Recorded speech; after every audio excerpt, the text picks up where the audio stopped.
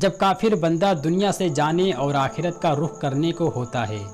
تو سیاہ چہرے والے فرشتے آسمان سے اس کے پاس آتے ہیں جن کے ساتھ ٹاٹ ہوتے ہیں اور اس کے پاس اتنی دور تک بیٹھ جاتے ہیں جہاں تک اس کی نظر پہنچتی ہے۔ پھر ملک الموت علیہ السلام تشریف لاتے ہیں حتیٰ کہ اس کے سر کے پاس بیٹھ جاتے ہیں۔ پھر کہتے ہیں خبیث جان اللہ کی ناراضگی کی طرف نکل۔ ملک الموت علیہ السلام کا یہ فرمان سن کر روح اس کے جسم میں ادھر کی ادھر بھاگی پھرتی ہے، لہٰذا ملک الموت علیہ السلام اس کی روح کو جسم سے اس طرح نکالتے ہیں جیسے بوٹیاں بھوننے کی سیخ بھیگے ہوئے اون سے صاف کی جاتی ہے، یعنی کافر کی روح کو جسم سے زبردستی اس طرح نکالتے ہیں جیسے بھیگا ہوا اون کانٹے دار سیخ پر لپیٹا ہو اور اس کو زور سے کھینچا جائے۔ پھر اس کی روح کو ملک الموت علیہ السلام اپنے ہاتھ میں لے لیتے ہیں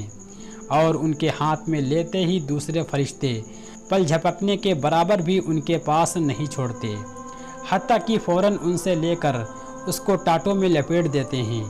اور ان ٹاٹوں میں ایسی بدبو آتی ہے جیسے کبھی کسی بدترین سڑی ہوئی مردہ لاش سے روئے زمین پر بدبو پھوٹی ہو۔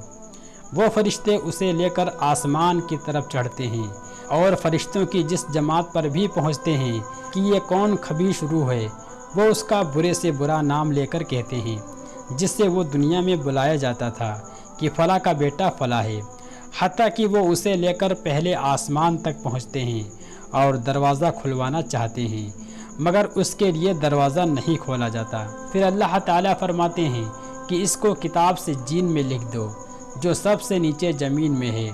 چنانچہ اس کی روح وہیں سے پھینک دی جاتی ہے۔ پھر اس کی روح اس کے جسم میں لوٹا دی جاتی ہے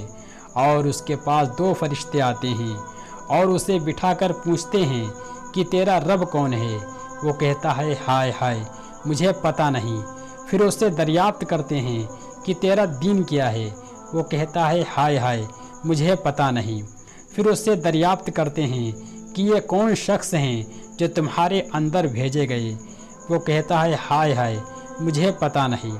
جب یہ سوال و جواب ہو چکتے ہیں تو آسمان سے ایک منادی آواز دیتا ہے کہ اس نے جھوٹ کہا، اس کے نیچے آگ بچھا دو اور اس کے لیے دوزخ کا دروازہ کھول دو۔ چنانچہ دوزخ کا دروازہ کھول دیا جاتا ہے اور دوزخ کی تپش و سخت گرم لو آتی رہتی ہے اور قبر اس پر تنگ کر دی جاتی ہے، حتیٰ کہ اس کی پسلیاں بھیج کر آپس میں ادھر کی ادھر چلی جاتی ہیں اور اس کے پاس ایک شخص آتا ہے جو بدصورت اور برے کپڑے پہنے ہوئے ہوتا ہے،